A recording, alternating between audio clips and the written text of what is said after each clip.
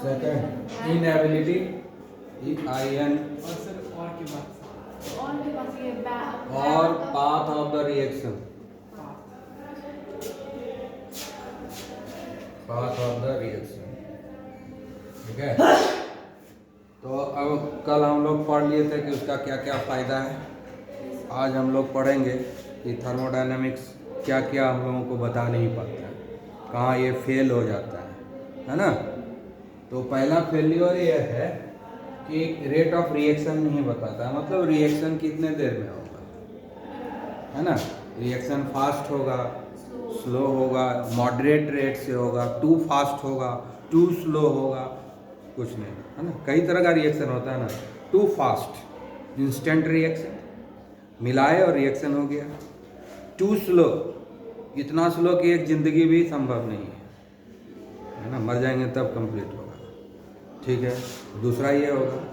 उसके बाद slow reaction होता है, हो सकता है दिन भर लगे। और एक होता है फास्ट रिएक्शन, 10 मिनट 5 मिनट में हो जाएगा रिएक्शन, आधा घंटा में होगा, तो फास्ट रिएक्शन हुआ। और एक रिएक्शन है मॉडरेट रेट से हो रहा है, तो हो सकता है दिन भर में पूरा हो जाए, है ना। हो सकता है 2-4 घंटे में पूरा हो जाए।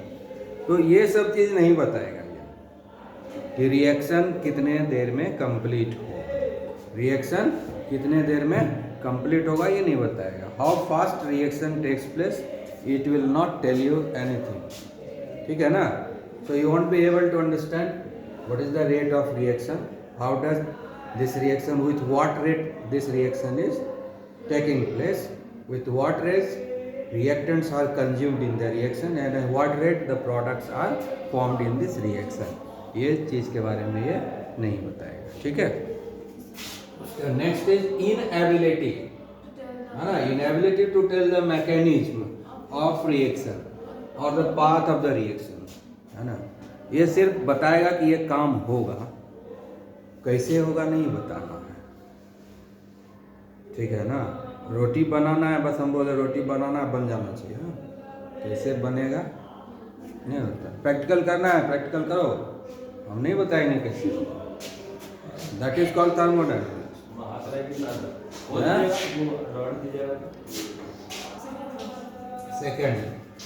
सेकंड लिमिटेशंस और second drawback of the thermodynamics. तो ये बताएगा नहीं कि काम कैसे करना है, इससे बोलेगा काम करो, है ना। आया बस कहेगा चलो आज जो है मटन बना के दिखाओ, लेकिन हम बताएंगे नहीं। बना के दिखाना है, बना के खिलाना है, लेकिन बताएंगे नहीं, कुछ नहीं बताएंगे, सिर्फ हमको बटन बना हुआ चाहिए। ठीक है ना। थर्मोडायनामिक्स बस इतना ही करता है, उसका मतलब है प्रोडक्ट बनना चाहिए। कैसे बनेगा मतलब नहीं है, प्रोडक्ट के लिए जो जो चाहिए वो सब सामान दे देगा तुमको, यानी सामान मिल जाएगा। हल्दी, मटन, नमक, मिर्ची, मसाला, जो जितना रिक्वायरमेंट है सब वहाँ रखा हुआ रहेगा, समझ गए ना। लेकिन कैसे कैसे करना है, कैसे बनाना है, कैसे मिक्स करना है, वो कुछ नहीं बताएगा। मैकेनिज्म नहीं बताना है, सिर्फ और सिर्फ जो है हम बोलेंगे कि बनाओ, दे दिए सामान बनाओ। ठीक है, यही है थर्मोडायनामिक्स। ठीक है। It will not tell you the mechanism of the reaction और the path of the reaction. ठीक है। अब जैसे हमको समुखिया जाना है, यहाँ से बहुत रास्ता है, बहुत रास्ता है, कैसे जाना है ये नहीं बताएंगे। समुखिया तुमको पहुँचना है, इतने बजे पहुँचना है, पहुंचना है, पहुंचो। ये भी नहीं बताएगा कब पहुंचना है। थर्मोडायनामिक्स ये भी नहीं बताएगा कि कब पहुंचना है, समुखिया पहुंच जाना है, वहाँ क्या काम करना है काम कर लेना है। ठीक है ना। लेकिन ये नहीं बताएगा कब पहुंचेगा, कैसे पहुंचोगे। बस काम होना चाहिए, काम से मतलब है। काम कितने देर में होगा इससे कोई मतलब नहीं, काम होना चाहिए। काम कैसे होगा ये भी नहीं बताएगा, काम कब पूरा करना है ये भी नहीं बताएगा, काम हो जाना चाहिए, बस इतने से मतलब है। मतलब इनिशियल और फाइनल के ऊपर डिपेंड करता है, इनिशियल पोजीशन फाइनल पोजीशन। ठीक है ना। जहाँ से शुरू हुआ वो देख लेगा, पूरा काम हो गया देख लेगा। ठीक है कि नहीं? आए बस समझ में? हाँ, तो इसलिए ये एक ड्रॉबैक है, ये चीज़ भी थर्मोडायनामिक्स नहीं बताता है। और तीसरा है non applicability to the microscopic system. Microscopic system जहाँ पर केमिकल रिएक्शन मॉलिक्यूलर लेवल पर हो रहा है, जो हमको आँख से भी नहीं दिखता है ना। माइक्रोस्कोपिक सिस्टम रहता है तब ठीक है। बल्क में जब रिएक्शन करा रहे हैं, यानी इंडस्ट्री लेवल पे जहाँ केमिकल बहुत यूज होता है, वहाँ पर हम लोग इसको यूज करेंगे। हम लोग तो 1 ml 2 ml सब काम करते हैं छोटा मोटा, वहाँ ये अप्लाई नहीं है। समझ गए कि नहीं? माइक्रोस्कोपिक लेवल पर जो है ये अप्लाई नहीं होता है, माइक्रोस्कोपिक लेवल पर, यानी जब बल्क में काम होता है। ठीक है ना? यानी एक स्टूडेंट को पढ़ाएंगे तो उसका कोई वो थर्मोडायनामिक्स अप्लाई नहीं होगा। जब बहुत सारा स्टूडेंट 150 स्टूडेंट पढ़ाएंगे तब थर्मोडायनामिक्स अप्लाई होगा। समझ गया ना? एक स्टूडेंट को पढ़ाएंगे तो थर्मोडायनामिक्स अप्लाई नहीं होगा।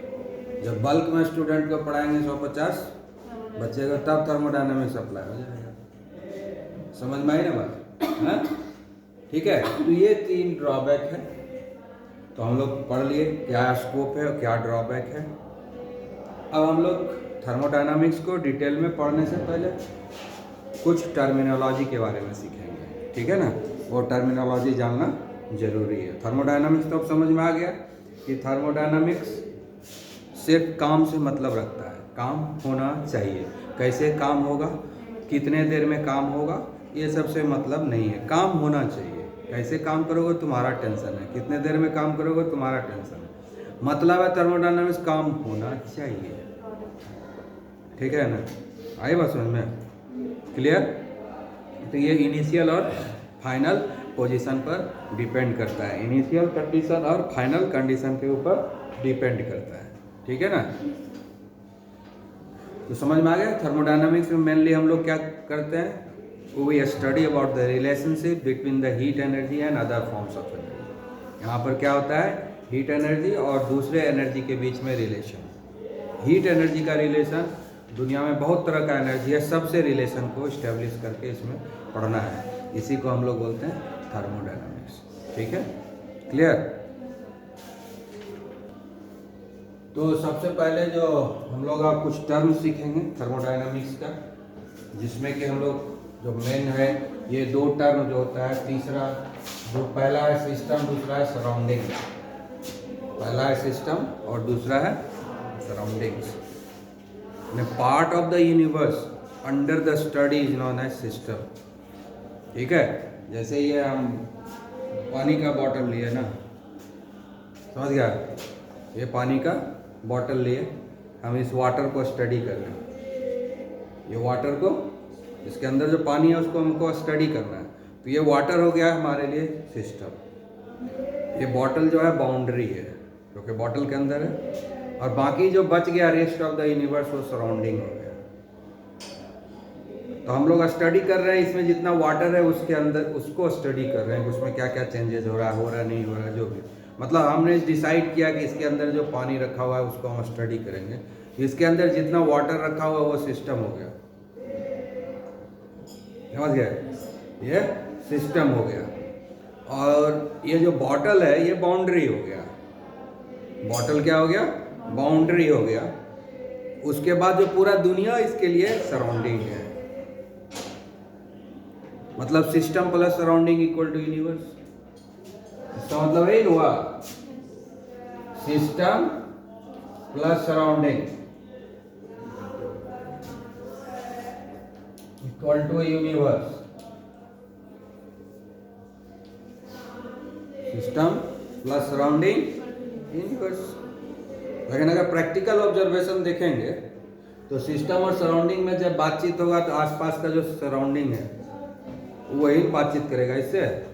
मान लो इसके अंदर पानी, गर्म पानी रखा हुआ है इसके अंदर, तो ये धीरे धीरे ठंडा होगा। तो ये आसपास का जो सराउंडिंग है, एयर है, उसी को नहीं ये हीट एनर्जी रेडिएट करेगा, पूरा यूनिवर्स को तो नहीं देगा। ठीक है ना? तो थियोरेटिकली हम पूरा यूनिवर्स को मानते हैं कि रेस्ट ऑफ द यूनिवर्स जो सराउंडिंग है, लेकिन प्रैक्टिकली जो एकदम नज़दीक में है वही इसके साथ इंटरेक्ट करेगा।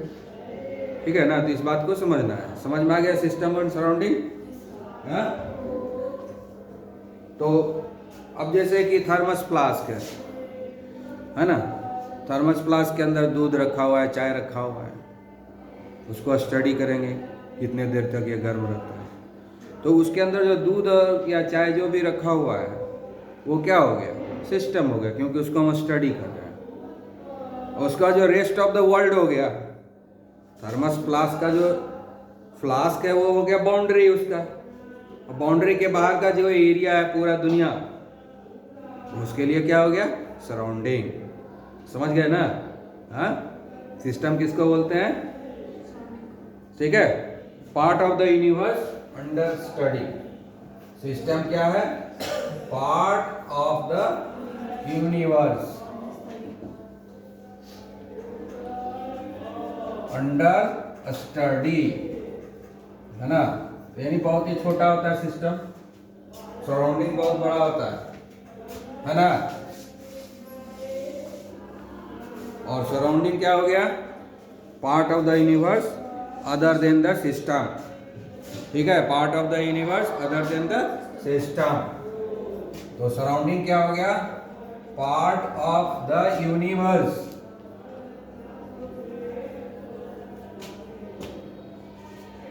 Other than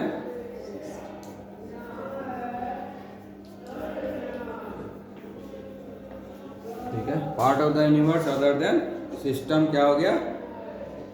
surrounding. और जब ये दोनों को जोड़ देंगे तो क्या हो जाएगा? यूनिवर्स। ठीक है, तो थर्मोडायनामिक्स इस पूरी दुनिया को दो टुकड़ा में बांटता है ना। आया बात समझ में? ये थर्मोडायनामिक्स इस दुनिया को, इस यूनिवर्स को दो टुकड़े में बांट देता है, सिस्टम और सराउंडिंग में। ठीक है, आई बात समझ में? तो अभी जैसे हम लोग पढ़ रहे हैं, पढ़ाई हो रही है ना, हाँ, तो यहाँ पर जो हम लोग हैं सब सिस्टम है, बाकी जो है सराउंडिंग है। ठीक है, आया बात समझ में? अब जैसे हम पढ़ा रहे हैं तुमको, हम सिस्टम हो गए, और हमारा आवाज़ तुम लोग तक पहुँच रहा है, सराउंडिंग। समझ गया ना? दोनों मिला करके ये क्लास होगी। ये क्लास को दो हिस्से में बांट दिया, सिस्टम और सराउंडिंग में बातचीत हो रहा है ना, इंफॉर्मेशन ट्रांसफ़र हो रहा है सिस्टम से सराउंडिंग की तरफ। ठीक है ना? तो अगर हम अपने आप को सिस्टम है तो तुम लोग सराउंडिंग हो गए। ठीक है ना? आए बात समझ में? जैसे स्कूल स्टडी करेगा कि टीचर पढ़ा रहा है, बढ़िया पढ़ा रहा है, खराब पढ़ा रहा है, क्या पढ़ा रहा है, तो टीचर का उसको स्टडी करेगा। ठीक है ना? और कैसे स्टडी करेगा? तो टीचर जो पढ़ा रहे हैं उसका क्या इम्पैक्ट हो रहा है, तो सराउंडिंग के ऊपर क्या हो रहा है, सराउंडिंग के साथ कैसा कम्युनिकेशन हुआ, टीचर जो इन्फॉर्मेशन पास करना चाह रहा है वो स्टूडेंट के पास जा रहा है कि नहीं। तो स्टूडेंट क्या हो गया यहाँ पर? सराउंडिंग। टीचर हो गया सिस्टम। ठीक है, और कभी हो सकता है कि टीचर हो जाएगा सराउंडिंग जब हम स्टूडेंट को स्टडी करेंगे। स्टूडेंट को स्टडी करेंगे कि स्टूडेंट का क्या इम्पैक्ट है ना टीचर के ऊपर, है ना। तो उसमें क्या होगा? स्टूडेंट हो जाएगा सिस्टम, टीचर हो जाएगा सराउंडिंग। समझ में आया कि नहीं? तो कोई भी दो बॉडी जो आपस में इंटरेक्ट कर रहा है उसमें से एक बॉडी सिस्टम होगा तो दूसरा सराउंडिंग होगा। ऐसे सराउंडिंग बहुत बड़ा है, लेकिन उतने बड़े सराउंडिंग को कंसिडर करना मुश्किल है। जो एकदम नज़दीक में पड़ोसी है उसी के ऊपर असर कुछ दिखेगा ना। हम यहाँ कुछ करेंगे तो भागलपुर में असर थोड़ी पता चलेगा, हाँ, यही नहीं पता चलेगा, है कि नहीं। तो कहने का तो हम कहते हैं कि पूरा दुनिया हमारे लिए सराउंडिंग है, लेकिन पूरा दुनिया हमसे इंटरेक्ट थोड़ी करेगा। जो नियरेस्ट है वही ना, उसके ऊपर ही असर होगा ना। समझ गए? तो सिस्टम और सराउंडिंग में इंटरेक्शन हो भी सकता है, नहीं भी हो सकता है। तो सिस्टम क्या हो गया कि एक छोटा सा हिस्सा इस दुनिया का जिसको कि हम लोग स्टडी कर रहे हैं, वो हो गया सराउंडिंग। ठीक है, हाँ हो गया। क्या करना है आगे? तो ये हो गया अमोनिया, कंफर्म हो गया अमोनिया गैस। ठीक है, अब जो है डाइल्यूट सल्फ्यूरिक एसिड टेस्ट करो।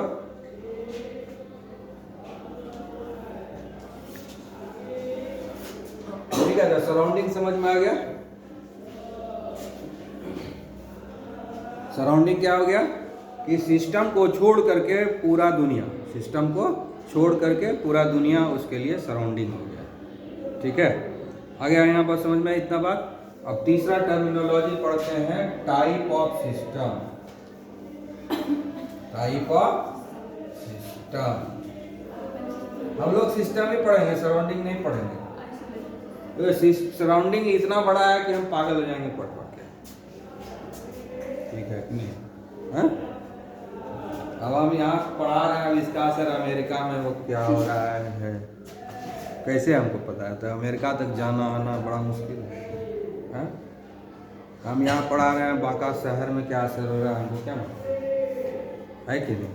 हाँ, बहुत मेहनत होगा, इसीलिए इतना बड़ा सराउंडिंग है ना कि हम लोग सराउंडिंग को छोड़ देंगे, हम सिस्टम का स्टडी करते रहेंगे। ठीक है, जो नज़दीक में थोड़ा बहुत है सराउंडिंग उसी को स्टडी करेंगे, बाकी को छोड़ देंगे। ठीक है, तो समझ में आ गया।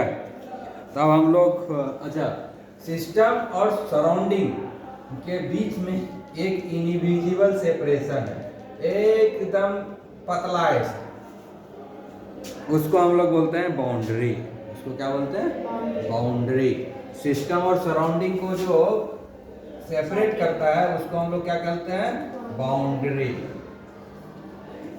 समझ में आ गया? Separating line.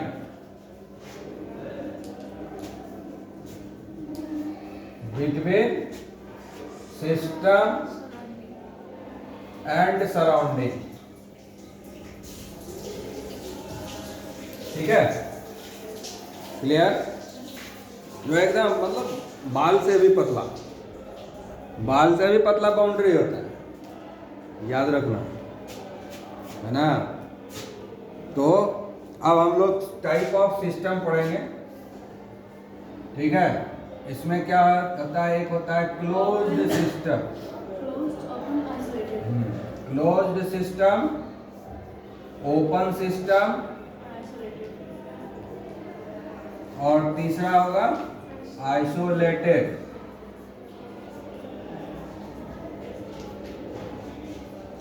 Closed system. ठीक है,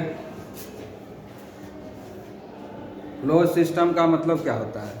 सबसे पहले ओपन ही पढ़ते हैं। ठीक है, ओपन सिस्टम मतलब क्या हो गया? अब जैसे ये है, ये बॉटल है, इसका ढक्कन खोल दो। ठीक है, अब इससे इवोपरेशन होगा, वाटर वेपर निकल रहा है, हाँ? और ये एनर्जी को गेन कर रहा है। एनर्जी सराउंडिंग से इसके पास जा रहा है और इसके अंदर से वाटर वेपर निकल रहा है। ठीक, खुला हुआ है। ये ओपन सिस्टम है जिसमें एनर्जी का एक्सचेंज हो रहा है और मटेरियल का भी एक्सचेंज, मटेरियल का भी एक्सचेंज हो रहा है। ये हीट एनर्जी एब्जॉर्ब कर रहा है और इससे वाटर वेपर निकल रहा है। अगर बॉटल ऐसे छोड़ दे दिन भर तो पानी घटेगा थोड़ा सा कि नहीं? हाँ, ढक्कन खुला हुआ है, वाटर वेपर निकलेगा, धीरे धीरे वाटर लेवल कम होता जाएगा कि नहीं? तो ये ओपन सिस्टम हुआ जिसमें एनर्जी और मटेरियल दोनों का एक्सचेंज हो रहा है। ओपन सिस्टम में क्या हो रहा है? ठीक है ना, एनर्जी एंड मटेरियल या मैटर लिखो, energy and matter both are exchanged.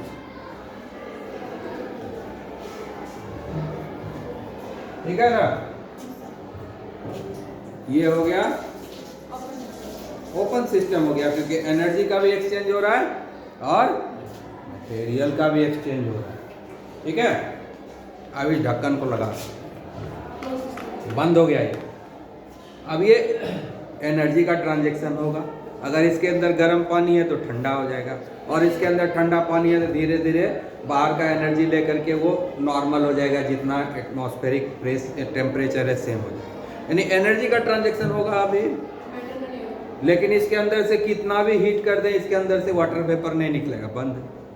Material का ट्रांजेक्शन नहीं होगा, सिर्फ एनर्जी का ट्रांजेक्शन होगा।